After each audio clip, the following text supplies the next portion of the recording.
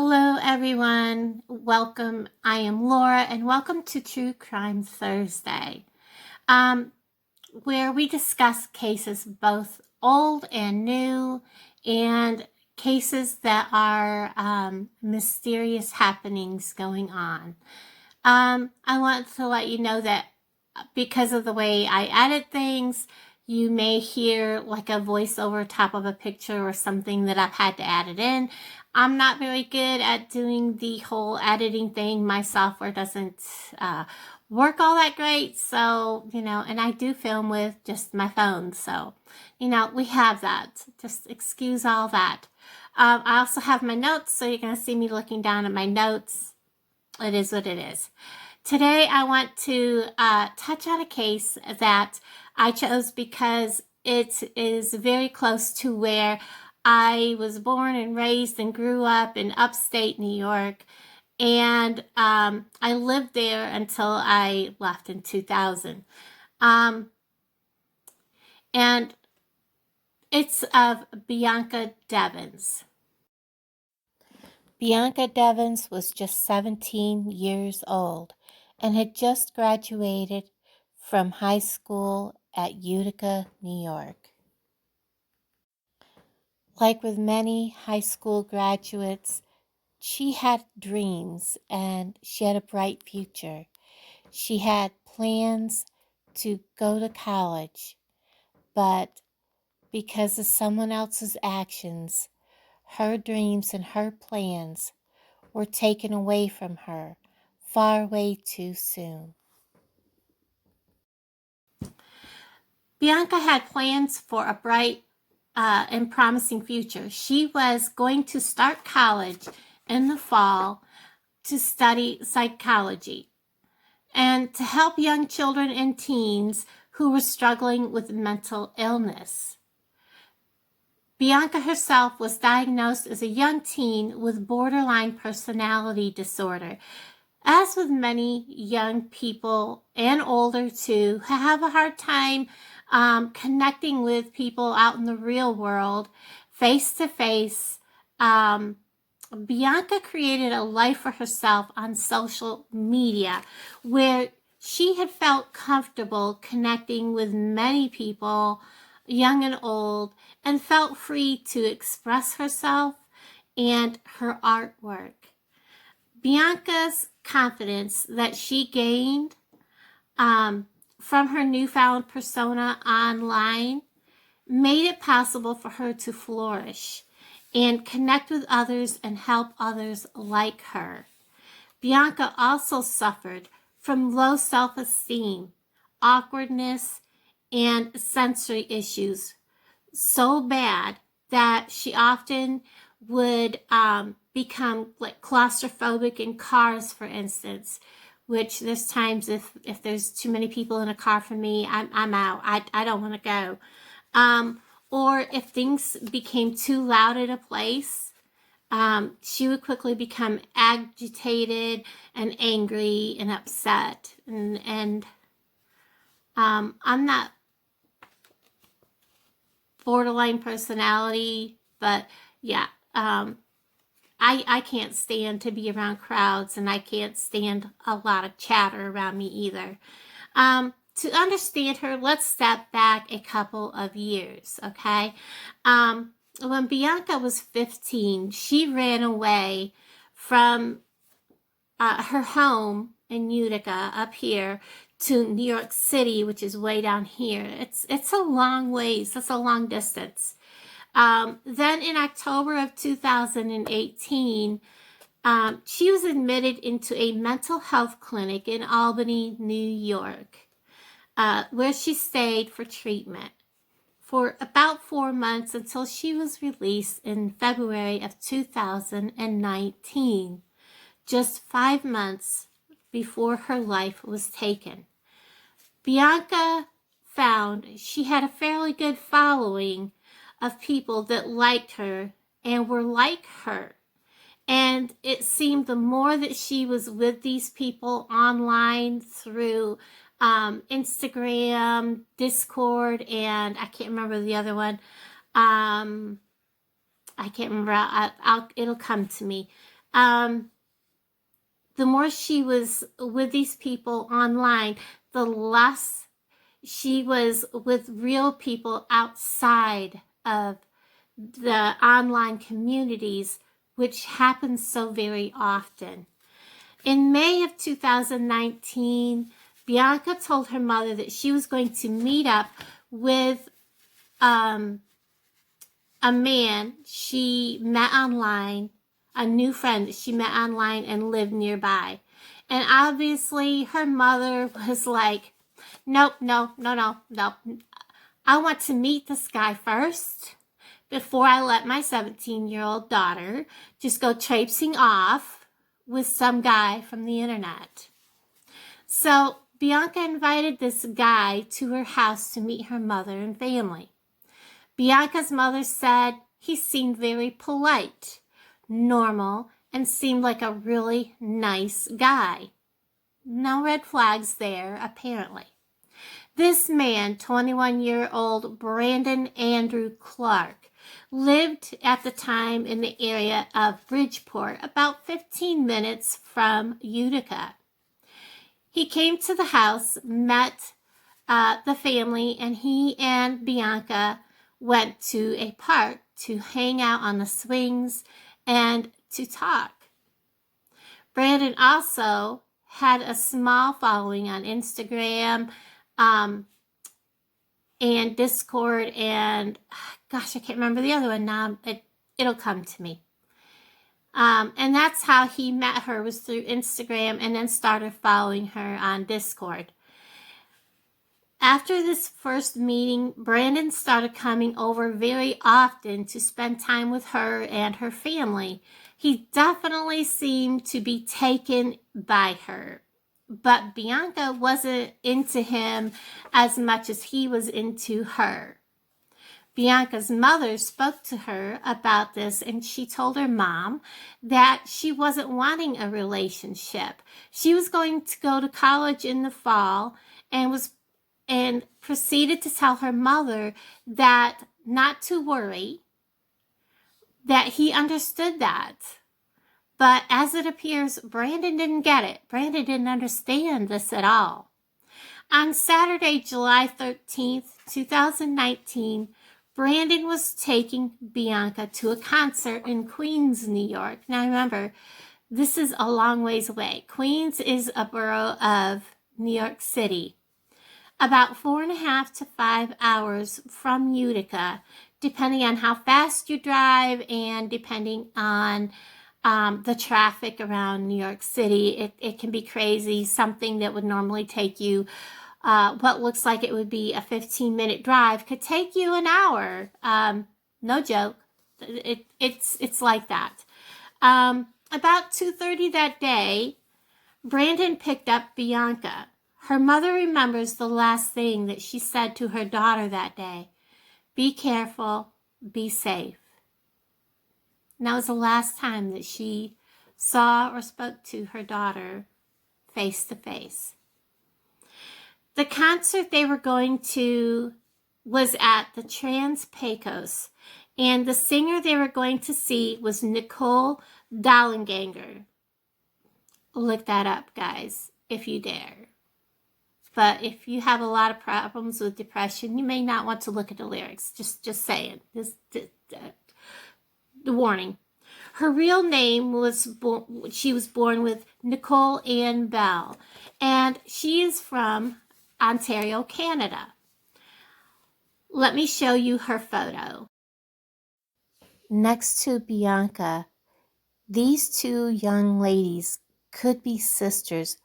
The similarities between the two is just absolutely uncanny. Now, Nicole writes some pretty, emo lyrics, if you've looked them up. Some pretty, sad,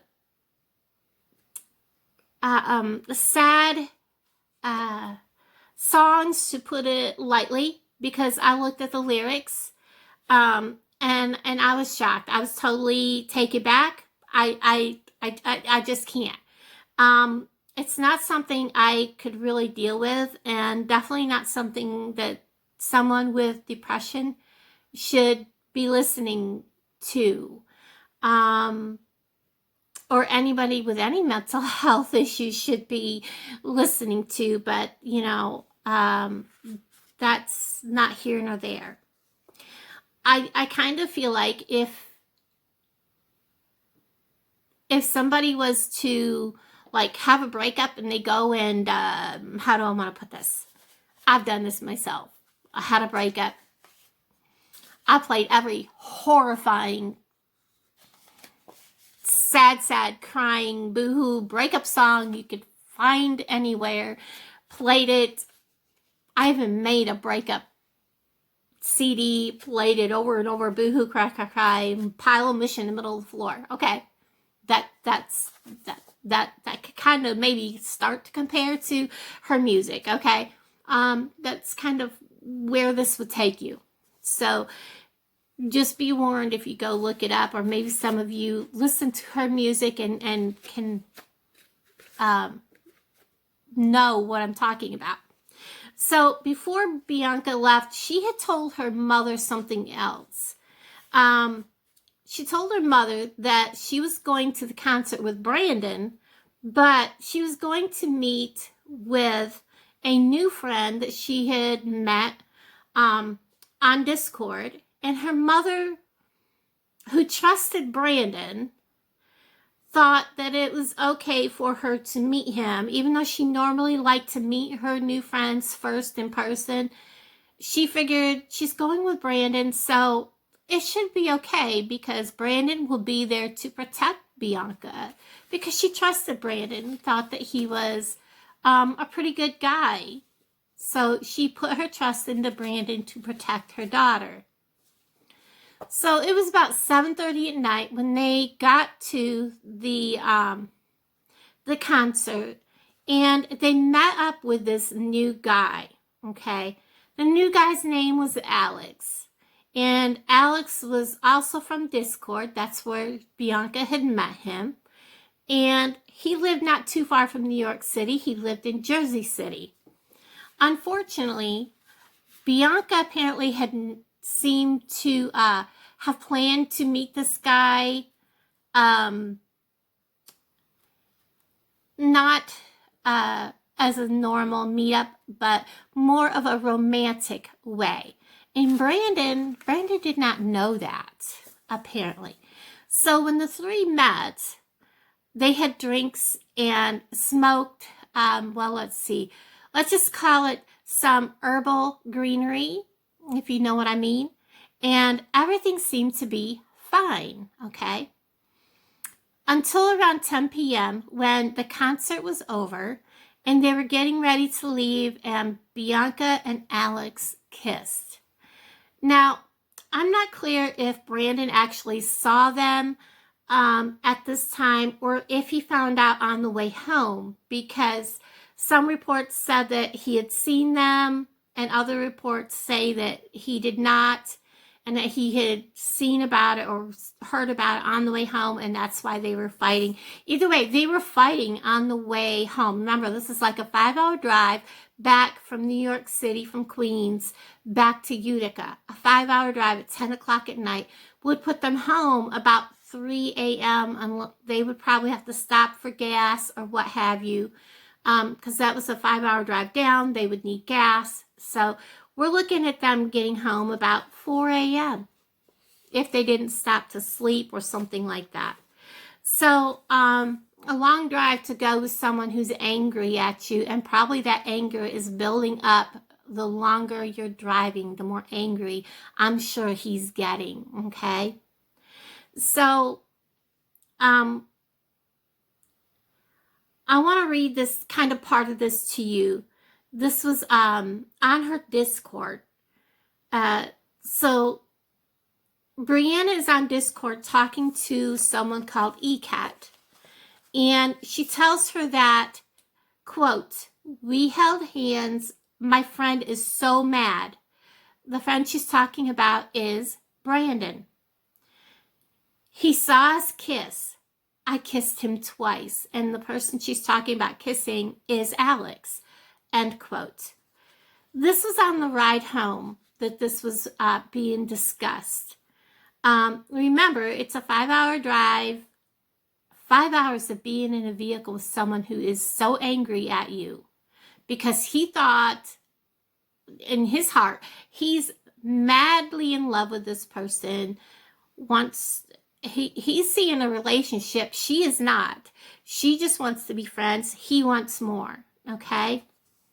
He's all crushing on Bianca. She wants no part of that. She's seeing friendship. He's seeing romance. So they are apparently arguing on the drive home. And Brandon posts this to his Instagram.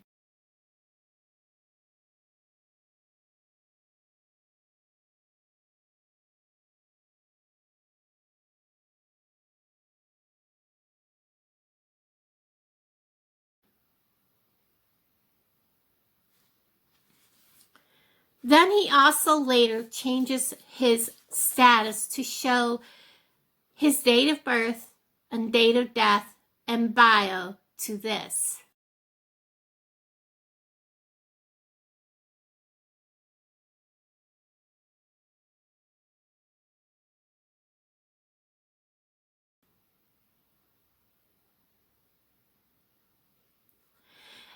At 6:40 a.m., Brandon started posting pictures, and I don't have the pictures. I wouldn't post them on here even if I did, because it is just too gruesome, too horrible. It's even hard to even think about.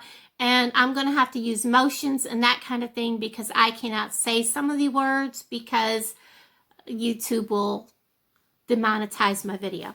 So at 6:40 a.m., Brandon started posting photos of to his Instagram, Discord, and 4chan. That's the other one. And they were pictures of Bianca. After he had used a sharp kitchen utensil, if you know what I mean, and had applied it to her neck.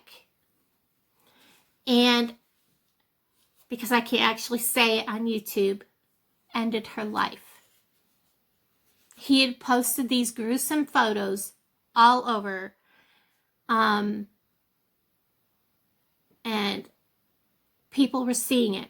Many people saw these and were asking questions like, is this for real? What happened? And some actually called the police to tell the police about these photos. After a short while, Brandon himself also called the police, which confirmed the reports that other people were saying. And he told the police what he'd done and that he was also going to, quote, unquote, hurt himself in the same manner. But he waited until the police showed up before he took the same object and started to jab at his neck. And then started taking selfies. I'm going to take selfies because we're going to post this to our, he's going to post these selfies to his social media of his own, and apparently he was laying on top of a blue tarp and on the ground, and he was laying on top of it. And the police, when they got there, could see Bianca's brown hair sticking out from underneath the blue tarp. So Brandon was taking these selfies of himself and the blue tarp and Bianca's body sticking out from underneath him. That is disturbing. The police stopped him, was able to stop him, and nearby laid this object which was a black-handled butcher's knife. This object, in my opinion, is very significant. You'll hear why I think that. And I also believe that this was premeditated when you stop and think, why would this object be in his vehicle to begin with? He may not have wanted to do it right then, but he must have had the thought he was going to do it sometime at one point or another. They rushed him to the hospital. He was in critical condition, but he survived his injuries. He was arrested and then charged with second-degree murder. A lot of people are probably like, why only second degree? It's because they could not prove premeditation. First degree is saved for if there is premeditated murder. The DA did offer him a plea deal. If he would plead guilty, he would get 25 years instead of what he would get if he did not. He decided that he was not going to plead guilty. He was going to plead not guilty. Wait, you take a bunch of selfies of yourself, of her, you post it all over social media. How did you think you were going to get away with pleading not guilty? But that's okay. You have the right to say you're not guilty. After Bianca's death, his father, Jason Clark, made a statement to her family that he was sorry for their loss and that his son had been raised right. Okay. That there had been some dysfunction in the home, but he had been raised right. So just what does this mean? That there had been some dysfunction in the home, but he'd been raised right. Let's look at this a little bit. When Brandon was 12, his father, Jason, had taken his mother, Michelle, and held her hostage at knife point. Yeah, exactly. In their home for 10 hours while the police were outside. Guess what the knife was? A black-handled butcher's knife. The same type of weapon, possibly even maybe the same one. I don't know. I've never really found out. I looked. It's never been discussed. His reason was that he thought his wife was cheating on him. Think about that. He said he was going to then do the same to himself. His wife told the police later that this was not the first time that something like this had happened. Jason took a plea deal and was given 2 to 4 years. And you can imagine if this was not the first time that Brandon probably at least on one occasion had seen this go down, the same thing, with the threat, the same type of action. So he may have been used to this type of thing and thought that this was normal. This is how you deal with it. This is what you do. So, except for one thing, he went through with the act. It was the same weapon, the same action, the same threat, both father and son. On March 16, 2021, Brandon Clark was found guilty in the court of law of second-degree murder. He showed no remorse for what he had done, none whatsoever.